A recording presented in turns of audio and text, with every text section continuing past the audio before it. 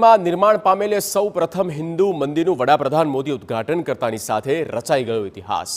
મંદિરના નિર્માણ અને તેની ભવ્યતાની વાત તો તમે જાણી, પરંતુ મંદિરનું ગર્ભગૃહ કેવું છે? ક્યાં હિન્દુ દેવી દેવતાઓની મૂર્તિઓ છે? મંદિરની બેનમૂન કોતરણીઓનું શું છે ખાસિયત? ટીવી9ના તમામ સવાલોના જવાબ આપવાની સાથે તમને કરાવવા જઈ રહ્યા છે મંદિરના દર્શન, જેને નિહાળીને તમે અભિભૂત અને ગૌરવાન્વિત લાગણી અનુભવશો। BAPS સંસ્થાના સંસ્થાપક અને આજે યજ્ઞ આખરે તેમણે અર્જિત કર્યો એવા યજ્ઞ પુરુષદાસ શાસ્ત્રીજી મહારાજ કે જેના થકી જ તો આ આખો સંપ્રદાય એ આજે મીઠા ફળ સૌ કોઈને આપી રહ્યો છે અને આખરે એ પરિવાર, એ સમાજ અને એ આવનારી પેઢી કે જેના માટે સંસ્કાર સિંચનનું જે મુખ્ય કામ થયું તેમના આ મૂળ સ્ત્રોત છે। અને શાસ્ત્રીજી મહારાજે જે ધૂણી દખાવી અને તેનેથી આજે સમગ્ર આ સત્સંગ પરિવાર આપણને મળ્યો છે, તેના થકી જ તો આખરે આ આખા સંપ્રદાયની અંદર જે પ્રાણ તત્વ છે તે આગળ ધબકતું રહ્યું છે। અને હવે ત્યારબાદ આપણે જગન્નાથજીને યાદ કરીશું। આમ તો રથયાત્રાની અંદર આપણે જગન્નાથજીને યાદ કરીએ છીએ, પણ પૂરી જગન્નાથ જો નથી ગયા અને અહીં આવી ગયા તો એ વિગ્રહના આપણે અહીં દર્શન થઈ જશે। જગન્નાથજી, બહેન સુભદ્રાજી, બલભદ્રજી અને તેમના જે તમામ વિગ્રહ છે તેના આપને અહીં દર્શન થશે। કહેવાય છે કે કળિયુગની અંદર મોક્ષદાતા છે જગન્નાથ, અને પૂરી જગન્નાથની અંદર જો આપને ઉપવાસ પણ રહ્યા છો અને જો આપે ભાત પ્રસાદ પણ લીધો છે ને તો પણ આપનો ઉપવાસ એ ક્યારેય તૂટતો નથી। એ સ્વરૂપનો મહિમા છે અને આ અપૂર્ણ સ્વરૂપ છે, છતાં પણ સંપૂર્ણ દર્શનનું તે ફળ આપે છે। અને તેથી જ તો આખરે જગન્નાથજી, બલભદ્રજી અને સાથોસાથ સુભદ્રાજીના એક સાથે દર્શન કરવાનો મહિમા છે અને તેથી તો દર વર્ષે આપણે તેમને એક સાથે દર્શન કરીએ છીએ, તેમના રથને હંકારીએ છીએ। અને હવે આ પિલર્સ ઓફ પિલર્સની એક અદ્ભુત સંરચના જે આપની સમક્ષ છે કે જેમાં એક જ પિલર્સની અંદર અનેક પિલર્સ આવેલા છે।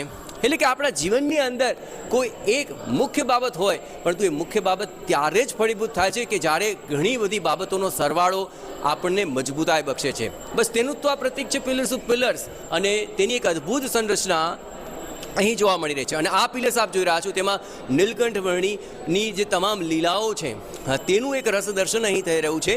શિલ્પ સ્વરૂપે આ દર્શન આપની સમક્ષ આવી રહ્યું છે અને જે લોકો પણ અહીંયા દર્શનાર્થે આવશે ત્યારે નીલકંઠ વર્ણીની એ તમામ લીલાઓના દર્શન તેમને એક સાથે થશે। અને આ તમામ બાબતોને લઈને આજે આખી સંરચના આપ જોઈ રહ્યા છો। અહીં આ પાછળનો જે આપ નજારો જોઈ રહ્યા છો, આ નજારો આપ જોશો તો આપ બસ નયન મટકું નહીં મારું એ રીતનું આખનું આ દર્શન આપને થઈ રહ્યું છે। અને આ તમામ સજ્જા સાથે તમામ દેવી દેવતાઓના જે દર્શન થઈ રહ્યા છે।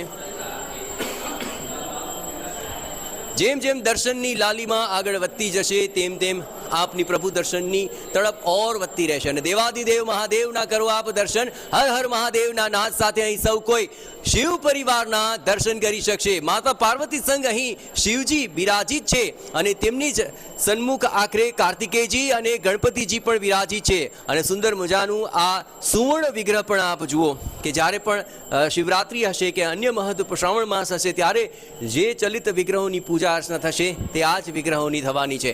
તો અદ્ભુત રીતે જોવા જઈએ તો 7 શિખરોની અંદર તમામ દેવી દેવતાઓના જે અદ્ભુત દર્શન થઈ રહ્યા છે। એટલે કે વિદેશની ધરા પર જો આપ અહીં આવી રહ્યા છો તો સનાતન હિન્દુ સંસ્કૃતિના તમામ દેવી દેવતાઓના એક સાથે આપને દર્શન થશે। અને આ જ તો બાબત છે, આ જ તો એ ધબકતું તત્વ છે કે જે અબુધાબી આવવા માટે આપ સૌ કોઈને પ્રેરણા આપશે। અને એટલું જ નહીં, આ તમામ બાબતોની જે સંરચના છે તેમાં સૌથી મહત્વની બાબત એ છે કે આ જો પરિસરમાં આવ્યા છો અને સનાતનને જો સમજ્યા છો તો એ સનાતનની અંદર તમામ દેવી દેવતાઓના એક સાથે આપને આશીર્વાદ પ્રાપ્ત થશે। અને એટલું જ નહીં, આ જે મંડોવર છે, આ જે ગર્ભગૃહ છે, આ જે શિખર છે, એ શિખર સાથે આપનું મસ્તક પણ ચોક્કસપણે ગર્વથી ઉન્નત થઈ જશે કે હા, વિદેશની ધરા પર પણ સનાતન જ્યોતિ એ પ્રજ્વલિત છે।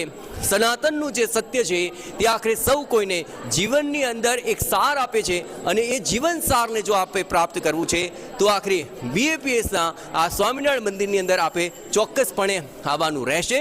અને એટલું જ નહીં, આ સાર આપણા જીવનમાં ચોક્કસપણે ચરિતાર્થ થશે।